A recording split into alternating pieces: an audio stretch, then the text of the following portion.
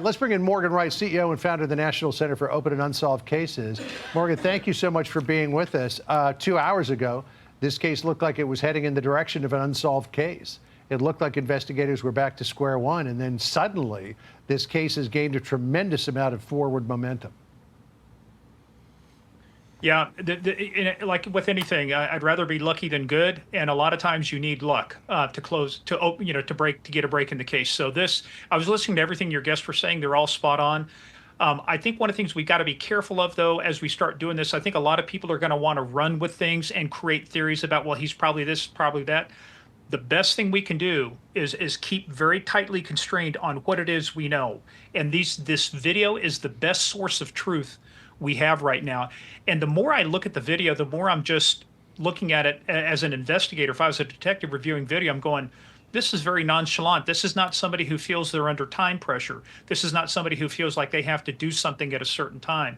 So it makes it, not saying that that's the case, I don't want to say a theory, but it makes it less probable that this was targeted as opposed to opportunistic, which means that then that really affects what happens post-abduction and what they may have done with her. I don't think, if that's the case, that there was ever any design to do an abduction and for ransom. So this whole ransom communication was somebody who was opportunistic that took advantage of this, because this person does not appear to have the same sophistication as somebody who would be able to create a Bitcoin, send secure messages, make them hard to trace. So we've got a differing in skills is what it looks like. Well, this appears to be somebody who's done this before. He could obviously be working with others too, and he could be the frontman.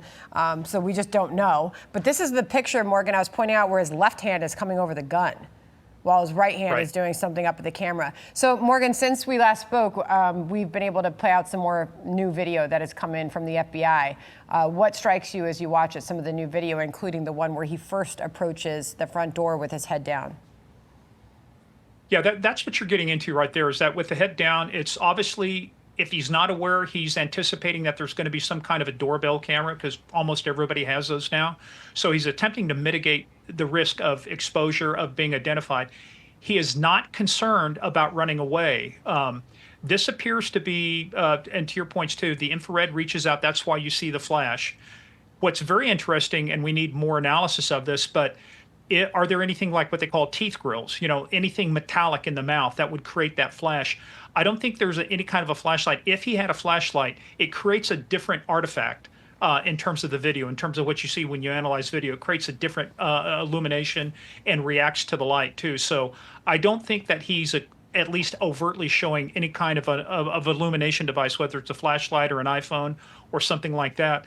I think the more from a behavior standpoint you look at and you say, now can we start approximating an age? Can we start approximating a build, potentially even ethnicity? What might this person be? That's a little bit of a farther stretch, but I think we can get to height, weight, hair, eye color potentially, and facial features. I think one of the best things we're going to be able to do, depending on the tools FBI has, is to start peeling back the layers of that ski mask, to start saying, what can we determine about the bridge of the nose? What can we determine about the ears? Full head of hair? Maybe not. Again, the comments about the eyebrows. All of those things are going to be analyzed in detail. The only challenge you have, the limitations, you can't make the video any higher quality than what it is. You can't take a 1080p video and make it 3000. So all you have is all you have. But the things that they can do with it to enhance.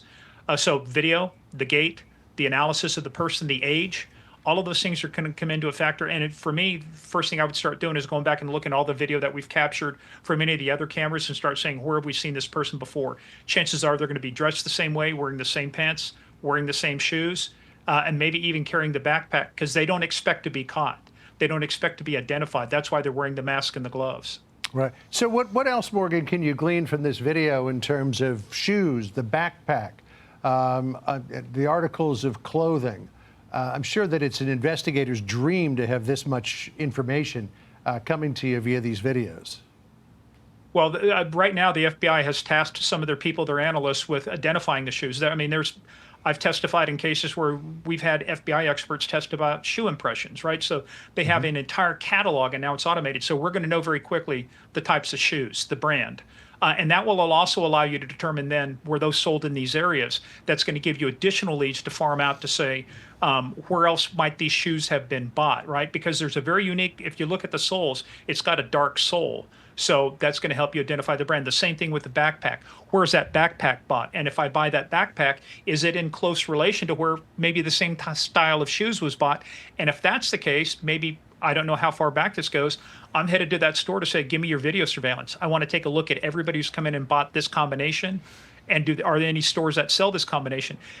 For some folks, it says, well, that's really stretching it. Let me tell you, when you take a look at the investigations from the Boston Marathon bombing to the World Trade Center to anything else, when you talk about the FBI and other people getting down on their hands and knees and picking through bits of gravel, looking for the most minute of clues, that is not a far stretch, especially when I would hate to be the person now that we have this video, because the FBI now, I know a lot of people want to bag on them. I'm still a cop at heart, but let me tell you, when push comes to shove, when you bring the full force of the FBI down on something and throw this kind of capability, it's like our military. I put them up against anybody in the world to figure out who this guy is. Yeah, Morgan, the FBI Most Wanted has also updated their poster for the missing Nancy Guthrie. The FBI reminding anyone looking at these new images and video that the FBI is offering a reward of up to $50,000 for information leading to the recovery of Nancy Guthrie and or the arrest and conviction of anyone involved in her disappearance. New images released today, the FBI say, shows an armed individual appearing to have tampered with the camera at Nancy Guthrie's front door the morning of her disappearance. The FBI seeks information that will lead to the identity of this individual, and they have now updated her missing poster with not only her face, but the images that we now have of this person approaching her front door at the same timeline that she went missing from that home. Morgan, obviously all of this can certainly help. We hope it brings in tips, and we hope it brings them in fast. And last point, Sandra, I would make that the more I look at this, the more I'm from an investigative standpoint, this is a local person. And so as you start thinking about the reward and what that reward can do, there's somebody in the Tucson area that's, if you want to make a quick $50,000, this is how to do it. Somebody in the viewing area between Fox, between the stations in Tucson, they have a good idea who this person is. The fact that there's not 2 or 3 there and just a solo operator, again, you can't tell. It looks solo operator. Somebody could be driving the car, but somebody has knowledge of this crime. Somebody knows. And it's just overcoming that. That's why most cases get done, especially cases like this. It's data combined with potentially somebody flipping and saying, hey, I'll either do it because it's the right thing to do, or I'll do it for the money. Either way, as a detective, I don't care. Just give me the information. Let's make an arrest. All right, Morgan, thank you for your expertise. Really appreciate it. You bet. Hey, Sean Hannity here. Hey, click here to subscribe to Fox News YouTube page and catch our hottest interviews and most compelling analysis. You will not get it anywhere else.